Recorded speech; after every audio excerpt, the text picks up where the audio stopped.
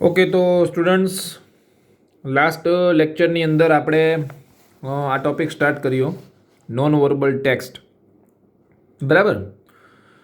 Okay, non verbal ટેક્સ્ટમાં યાદ કરાવી દઉં, આપણને આ ટાઈપનું ડેટા આપેલો હશે જે આપણે ક્વેશ્ચન 1 પૂરો કર્યો, અને એની અંદર 4 પ્રશ્નો આપ્યા હશે.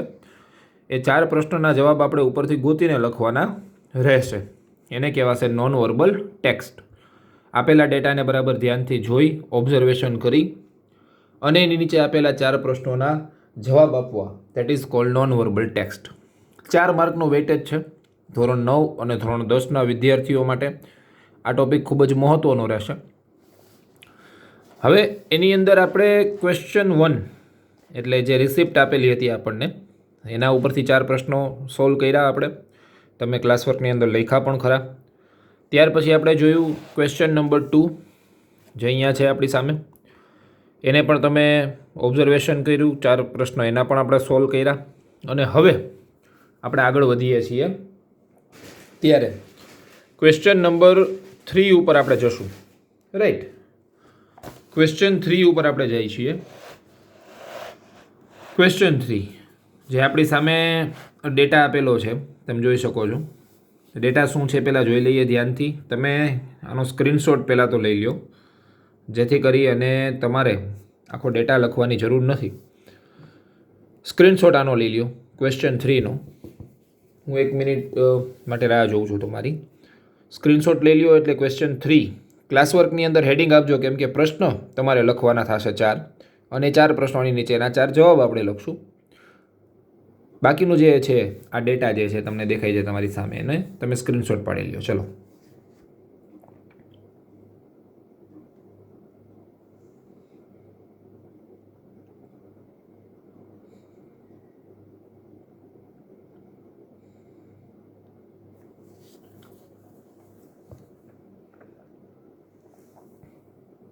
ઓકે. તો હવે જોઈએ શું છે ડેટા. ડેટામાં અહીંયા હેડિંગ આપેલું છે application for scholarship for the year 2019-20, 19-20ના વર્ષની અંદર, મતલબ એ 1 વર્ષની સ્કોલરશિપ મેળવવા માટેની એપ્લિકેશન આપણને આપેલી છે. કોઈ વિદ્યાર્થીએ એપ્લિકેશન કરેલી છે 2019-20ના વર્ષ દરમિયાન એને સ્કોલરશિપ મેળવવાની છે. એના માટે એને પહેલાં અરજી કરેલી છે. આ એપ્લિકેશનની કોપી આપણી પાસે છે અહીંયા ડેટા તરીકે. જોઈએ શું છે એની અંદર. નેમ, તો વિદ્યાર્થીનીનું નામ છે દિવ્યા મનુભાઈ શાહ. રાઈટ, એની એપ્લિકેશન છે. કયા વિષય ઉપર? સ્કોલરશિપ મેળવવા માટે. કયા વર્ષમાં? 2019-20ના વર્ષમાં. ઓકે. સ્ટાન્ડર્ડ છે 9th A, 9મા ધોરણમાં A ક્લાસની અંદર ભણે છે. માર્ક્સ સ્કોર્ડ, એમને મેળવેલા mark percentage 82% in standard 8C. 8મા ધોરણની પરીક્ષામાં એમણે 82% મેળવેલા, અને એના આધારે એમને હવે સ્કોલરશિપ મેળવવાની છે. ત્યાર પછી છે કયા વર્ષમાં મેળવ્યા હતા? ઇન ધ યર 2018-19, 2018-19ના વર્ષમાં એમને 82% આવ્યા હતા. હવે 9મા ધોરણમાં પહોંચ્યા છે અને 2019-20માં એ એપ્લાય કરે છે સ્કોલરશિપ માટે. ચલો, ફાધર્સ ઓક્યુપેશન. ઓક્યુપેશનનો મતલબ ગુજરાતીમાં તમારે લખવું હોય તો લખી લેજો. ઓક્યુપેશન મીન્સ વ્યવસાય. ફાધર્સ એટલે કે પિતાનો વ્યવસાય. એમના પિતાશ્રી જે છે એ શું કાર્ય કરે છે, કેવો વ્યવસાય કરે છે, તો એ અહીંયા લખેલું છે ચીફ અકાઉન્ટન્ટ છે. નામું લખે છે, અને નામું લખવાવાળામાં પોતે હેડ છે. પટેલ ટ્રાવેલ્સની અંદર. કઈ જગ્યાએ છે? પટેલ ટ્રાવેલની અંદર તેઓ ચીફ અકાઉન્ટન્ટ છે. ચલો, ફાધર્સ ઇન્કમ. ઇન્કમ છે 50,000 રૂપીઝ પર મંથ. હવે આપણને પ્રશ્ન થાય કે ભાઈ 50,000 રૂપીઝ છે તો સ્કોલરશિપ શું કામ? પણ પર્સન્ટેજના આધારે અને કાસ્ટ પ્રમાણે જે સ્કોલરશિપ મળતી હોય છે એ વિદ્યાર્થીઓ લેતા હોય છે. તો એના માટેનો અહીંયા દિવ્યા શાહ જે છે એ અરજી કરે છે. બરાબર? તો આપણી પાસે જે ડેટા છે એ ડેટા આપણે જોઈ લેવાનો, ઓબ્ઝર્વ કરી લેવાનો, અને એના આધારે એના પ્રશ્નો આપણે સોલ્વ કરીશું. ફાઇન. તો ડેટા એક વખત આપણે જોઈ ગયા ધ્યાનથી. હવે 4 પ્રશ્નો તમારી સામે રાખો, એટલે 4 પ્રશ્નોને તમે એક વખત જોઈ લ્યો બરાબર ધ્યાનથી. અને એ 4 પ્રશ્નો જોવાઈ ગયા પછી ફરીથી એક વખત આપણે ડેટાને જોશું, એટલે આપણા આન્સર છે એ તૈયાર થઈ જશે. ચલો, 4 પ્રશ્નોમાં પહેલો પ્રશ્ન, વોટ ઇઝ ધીસ ડેટા? આ ડેટા શેનો છે? What is this data? Question number 1 અહીંયા તમારી સામે. What is this data? Data શેનો છે? પહેલા ચારે પ્રશ્નો એક સાથે વાંચી લઈએ, એક એકના જવાબ ગોતવાની જરૂર નથી. ક્વેશ્ચન 2 છે, what was Divya's score in standard 8? દિવ્યાનો સ્કોર મતલબ એમના પર્સન્ટેજ કેટલા હતા ધોરણ 8ની અંદર? એ જ આપણને આપેલા હોય 9મામાં, તો એ હજી એપ્લાય કરે છે સ્કોલરશિપ માટે, મતલબ 9મું પાસ પણ હજી નથી કર્યું. થર્ડ ક્વેશ્ચન તમારી સામે, what is the income of Divya's father? દિવ્યાના ફાધરની ઇન્કમ એટલે કે આવક કેટલી છે એ પણ આપણને ડેટામાં આપેલું છે. ઘણી વખત તો એવું થશે કે ડેટા જોયા પછી તમને તરત જ પ્રશ્ન વાંચશો એટલે એ ભેગા જવાબ તૈયાર થઈ જશે, બરાબર ને? ચલો, એના પછી છે fourth question, what is Divya's father? દિવ્યાના ફાધર શું છે, મતલબ એની પોસ્ટ શું છે, એનો ઓક્યુપેશન શું છે, એનો હોદ્દો શું છે? આ 4 પ્રશ્નો. ફરીથી ડેટા એક વખત જોઈ લ્યો. હવે હું કંઈ કહેતો નથી, તમે ડેટાને ઓબ્ઝર્વ કરી લ્યો ધ્યાનથી એક વખત, થોડું સ્પીડમાં, અને પછી ફરીથી પ્રશ્નની સાથેના જવાબ પણ મેળવતા જશું. So let's observe data.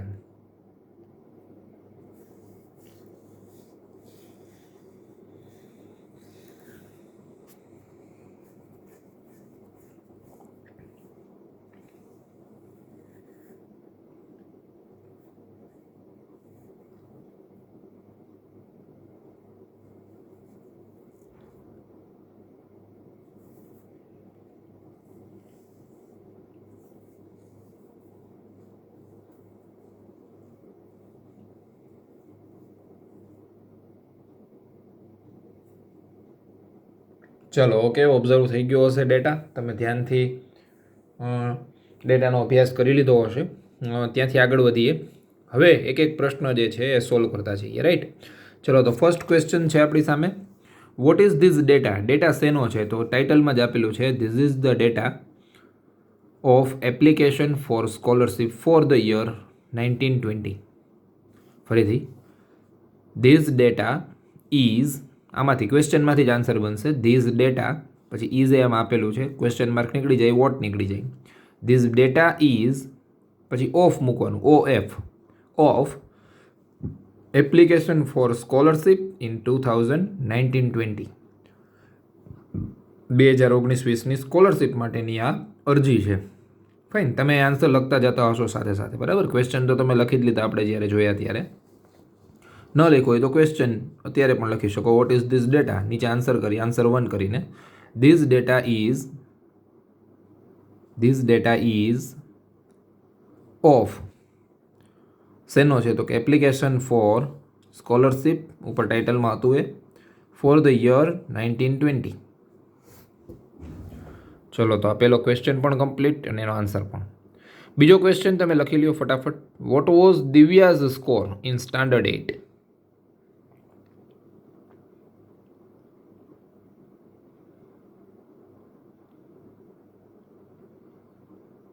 Okay, તો એનો આન્સર, દિવ્યાનો સ્કોર, દિવ્યાના પર્સન્ટેજ કેટલા છે આપણા આમાં આપ્યા છે, mark scored by Divya 82% in standard 8C. 8C લખવાની જરૂર નહીં, અહીંથી જ આન્સર બનશે. દિવ્યાઝ સ્કોર ક્વેશ્ચનમાંથી જ આન્સર મળે, જો આપણને, તમે લખતા જાઓ સાથે. દિવ્યાઝ સ્કોર વોઝ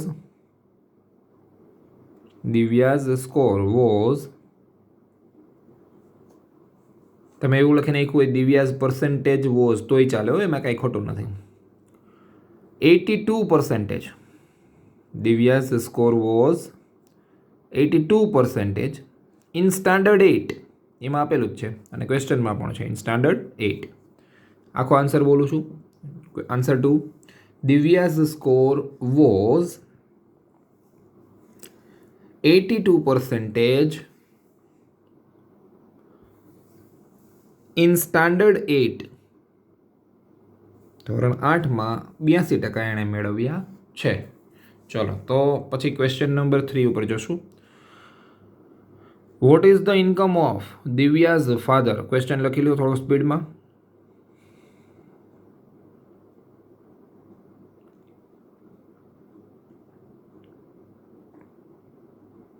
આપણા વિડીયોની સાથે સાથે તમારે ક્વેશ્ચન પણ લખાતા જશે અને આન્સર પણ લખાતા જશે, રાઈટ? એટલે વિડીયો જોઈને પૂરો કરો ત્યાં સુધીમાં લખાણ પણ તૈયાર થઈ જશે. ક્લાસ વર્કની અંદર લખજો ખાસ. Vote is the income of Divya's father? ચલો, દિવ્યાઝ ફાધરની ઇન્કમ અહીંયા ક્યાંક છે. આ રહી. Divya's father's income was 50,000 per month. એમાં વાક્ય તૈયાર જ છે, ખાલી આગળ એક દિવ્યા એડ કરવાનું છે. દિવ્યાઝ એપોસ્ટ્રોફી એસ, દિવ્યાઝ પછી ફાધર્સ એપોસ્ટ્રોફી ફરીથી, દિવ્યાના ફાધરની ઇન્કમ. એટલે આગળ અહીંયા આ વાક્ય, આ જે સેન્ટેન્સ છે એમાં આગળ દિવ્યાઝ એડ કરી દો એટલે આખો આન્સર તૈયાર. વચ્ચેથી કોલન કાઢી લેવાના. દિવ્યાઝ ફાધર્સ ઇન્કમ વોઝ, કોલનની જગ્યાએ વોઝ હતી, અથવા તમે ઇઝ લખો તોય ચાલે. Is 50,000 per month. Divya's father's income was is 50,000 per month. આની સાથે આપણો આન્સર નંબર 3 પણ અહીંયા પૂરો થયો. અને હવે last and the list, question number 4 તમે લખી લ્યો એને ધ્યાનથી. ક્વેશ્ચન 4 છે, વોટ ઇઝ દિવ્યાઝ ફાધર? ચલો લખી લ્યો question. What is Divya's father? દિવ્યાના ફાધર શું છે, મતલબ પોસ્ટમાં શું છે, એનો હોદ્દો શું છે?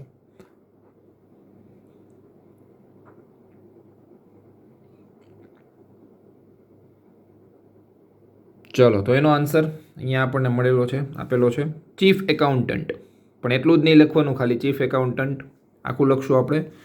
Divya's father is, question mark નીકળી જશે. Answer, Divya's father is, Divya's father is, પછી કોઈ આમાંથી ડેટામાંથી ચીફ અકાઉન્ટન્ટ, સ્પેલિંગ જોજો ધ્યાનથી. પછી આ લખી શકો ભેગું, in Patel travels. Chief accountant in Patel travels. ચલો, તો અહીંયા આની સાથે આપણા 4 પ્રશ્નોના જવાબ મળી ગયા અને આન્સર નંબર ક્વેશ્ચન 3 જે હતો આખો એ આપણે અહીંયા સોલ્વ કરી લીધો, પૂરો કરી લીધો. ચલો રેડી. ક્વેશ્ચન 3 હતો આ જ વિડીયોની અંદર આપણે હજી એક ક્વેશ્ચન સોલ્વ કરી લઈએ, જેને આપણે કહેશું ક્વેશ્ચન નંબર 4. તો એ તમારી સામે મૂકું છું, એક જ સેકન્ડ.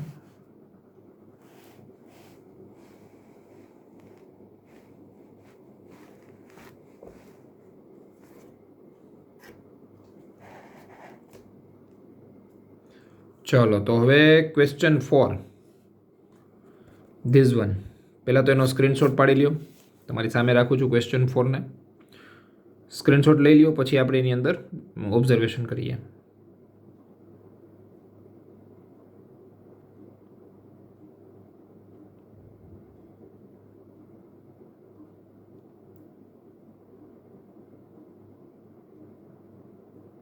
ઓકે, ચલો હવે સ્ક્રીનશોટ લેવાઈ ગયો હશે. શું છે ડેટા જોઈએ, ઓબ્ઝર્વ કરીએ. This is the time table.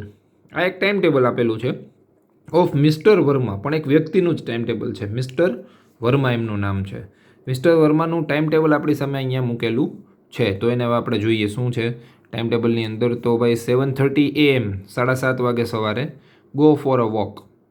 સવારે 7:30 વાગે મિસ્ટર વર્મા જે છે એ વોકિંગ માટે જાય છે. બરાબર છે, ઓકે. ત્યાર પછી 9 AM મિસ્ટર વર્મા છે બ્રેકફાસ્ટ લે છે, નાસ્તો કરે છે. 10 AM see patients at life care Hospital. એ ભેગું છે 10 AM ટુ, ઓકે હું ભેગું છે 10 AM ટુ 12 PM. 10 વાગે સવારથી બપોરના 12 વાગ્યા સુધી. PM મતલબ રાતનો ટાઈમ નહીં, પણ બપોરના 12. 10 થી 12 સુધી મિસ્ટર વર્મા જે ડૉક્ટર છે એવું ખબર પડે આપણને, કેમ કે અહીંયા એવું લખેલું છે સી પેશન્ટ્સ, એમના દર્દીઓને તપાસે છે. કઈ જગ્યાએ? તો કે લાઈફ કેર હોસ્પિટલની અંદર. 1 PM 1 વાગે બપોરે લંચ, મતલબ તે ભોજન લે છે. 4 PM ટુ 8 PM ફરીથી 4 વાગ્યાથી 8 વાગ્યા સુધી ક્લિનિક, મતલબ એ પોતાના ક્લિનિકની અંદર રહે છે. તો આ કે આખો એમનું શેડ્યુલ કયો કે એમનું રૂટીન કયો, અથવા તો અહીંયા શબ્દ આપ્યો છે ટાઈમ ટેબલ, આ આપણને આપણી સામે એમણે મૂક્યું. હવે એના ઉપર આપણે પહેલાં જોઈ લઈએ કે કેવા કેવા પ્રશ્નો પૂછ્યા છે અને પછી એના આન્સર્સ ફાઇન્ડ આઉટ કરશું, રાઈટ? ઓકે, તો ક્વેશ્ચન્સ આવા છે. 4 ક્વેશ્ચન તમારી સામે, તમે એને લખી લ્યો પહેલાં તો ધ્યાનથી, આરામથી. પછી હું તમને એ પ્રશ્ન શું છે એ કહું. પહેલાં તો તમે એને 4 પ્રશ્નોને લખી લો, કેમ કે તમારે ક્વેશ્ચન 4 કરીને 4 પ્રશ્નો લખવાના થશે, બરાબર ને? પહેલાંનો તો તમે સ્ક્રીનશોટ લઈ લીધો છે. ચલો ક્વેશ્ચન લખી લેજો થોડું સ્પીડમાં.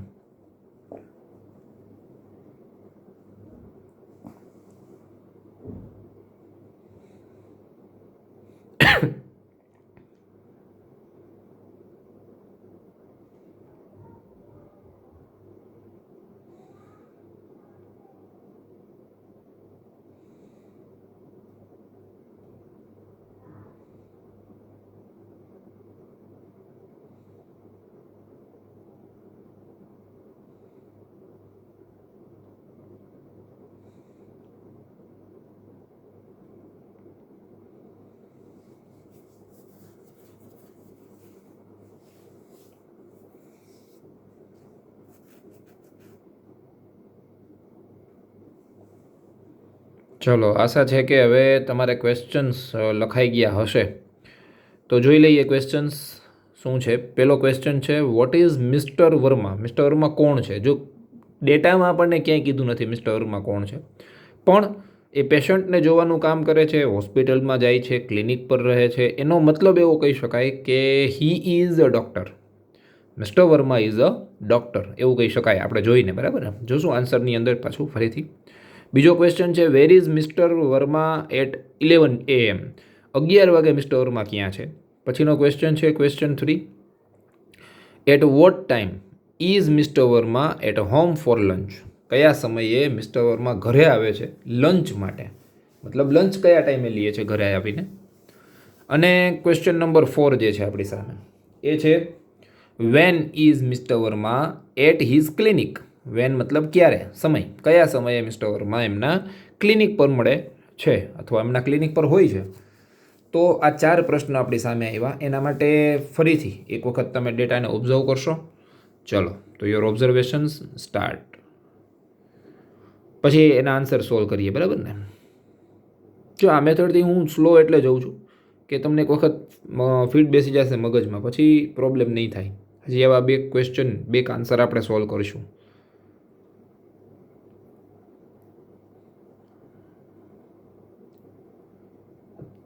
તમે ઓબ્ઝર્વ કરતા હશો અત્યારે ડેટાને, ધ્યાનથી ઓબ્ઝર્વ કરજો. પછી ક્વેશ્ચન વખતે વિડીયોની સાથે પણ તમે આન્સર મનમાં તૈયાર થઈ ગયા હશે એવું થશે જો એક વખત ધ્યાનથી ઓબ્ઝર્વ કરી લ્યો તો.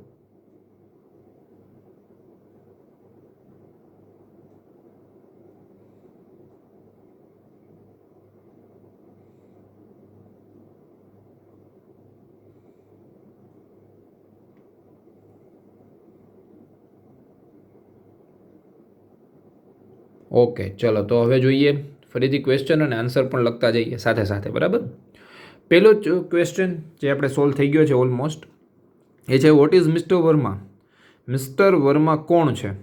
તો આપણે લખશું મિસ્ટર વર્મા ઇઝ, આન્સર લખતા જ જજો સાથે, આન્સર 1 કરીને. પહેલાં 4 ક્વેશ્ચન તમે લખી લીધા, હવે નીચે આન્સર 1 એમ કરીને. મિસ્ટર વર્મા ઇઝ, ક્વેશ્ચનમાંથી જ મળશે, જો મિસ્ટર વર્મા ઇઝ, પછી આર્ટિકલ એ એટલે કે અ બોલાય એને, અ ડૉક્ટર. એમનું ટાઈમ ટેબલ જોઈને આપણે કહી શકીએ છીએ કે mister Verma is a doctor. Suppose કે અહીંયા કોર્ટ રૂમ આપેલો હોત, અહીંયા પેશન્ટની જગ્યાએ ક્રિમિનલ્સ લખ્યું હોત, તો આપણે એમ કહેત કે mister Verma is a lawyer. સમજાણું? તો એ ટાઈમ ટેબલના આધારે આપણને ખબર પડી જાય છે કે એ વ્યક્તિ કોણ છે, એની હોદ્દો શું છે, એની પોસ્ટ શું છે. જ્યારે અમુકમાં આપેલી હોય પોસ્ટને હોદ્દો, જેમ ઉપર આપ્યું હતું ચીફ એકાઉન્ટન્ટ, તો આ રીતના અલગ અલગ ક્વેશ્ચન હોઈ શકે છે, ડેટા પણ અલગ અલગ હોઈ શકે છે. ચલો, પહેલો answer complete. Mister Verma is a doctor. ચલો, ક્વેશ્ચન નંબર 2 છે, where is mister Verma at 11 AM? હવે 11 AM આમાં ક્યાંય આપ્યું નથી, તો કેમ ગોતશું?